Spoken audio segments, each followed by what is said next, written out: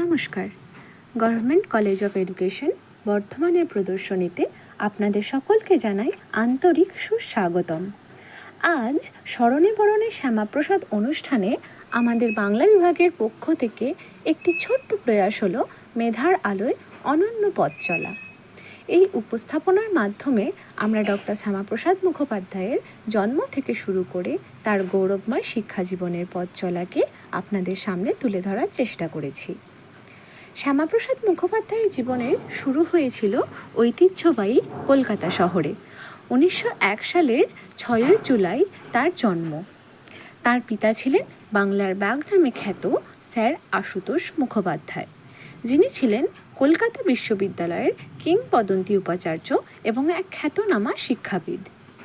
পিতার ব্যক্তিত্ব এবং আদর্শ শ্যামাপ্রসাদের পরবর্তী জীবনে গভীরভাবে প্রভাব ফেলেছিল। তার মাতা ছিলেন শ্রীমতী যোগমায়া দেবী।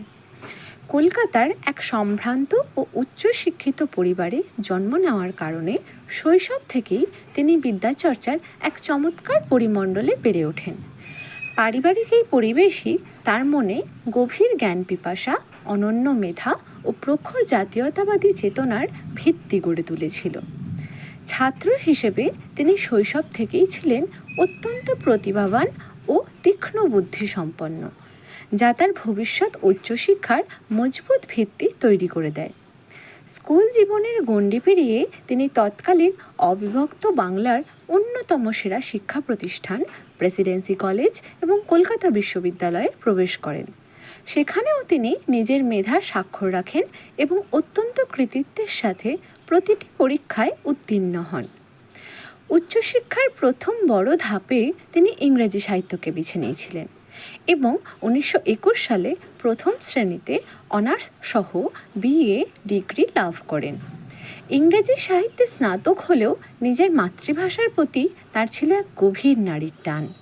তাই তিনি বাংলায় স্নাতকোত্তর বা MA করার সিদ্ধান্ত নেন এবং 1923 সালে অত্যন্ত সাফল্যের সাথে প্রথম শ্রেণীতে প্রথম হয়ে এই ডিগ্রি অর্জন করেন।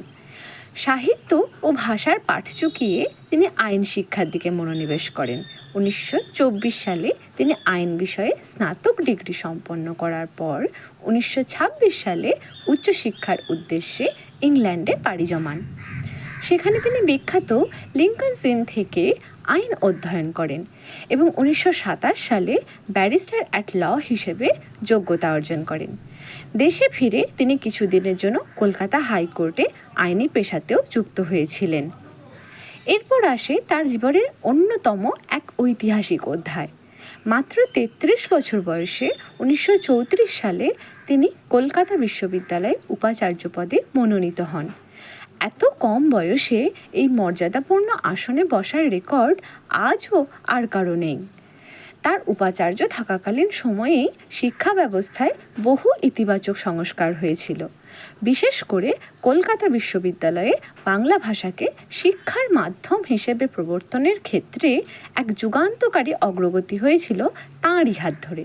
শুধু তাই নয়, তার আমন্ত্রণে কবিগুরু রবীন্দ্রনাথ ঠাকুর কলকাতা বিশ্ববিদ্যালয়ের সমাবর্তনে প্রথমবারের মতো বাংলায় ভাষণ দিয়েছিলেন, যা বাঙালির ইতিহাসে এক চিরস্মরণীয় ঘটনা।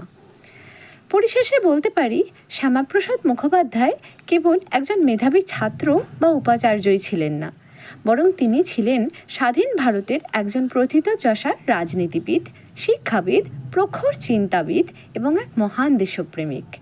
তার শিক্ষাজীবন কেবল ডিগ্রি অর্জনের মধ্যেই সীমাবদ্ধ ছিল না, তা ছিল গভীর জ্ঞান চর্চা ও প্রাতিষ্ঠানিক উৎকর্ষের এক অনন্য উদাহরণ।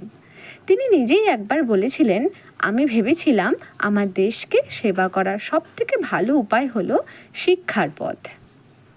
দেশের শিক্ষা ব্যবস্থা ও জাতীয়তাবাদী আন্দোলনে তার এই অমূল্য অবদান আজও আমাদের অনুপ্রাণিত করে।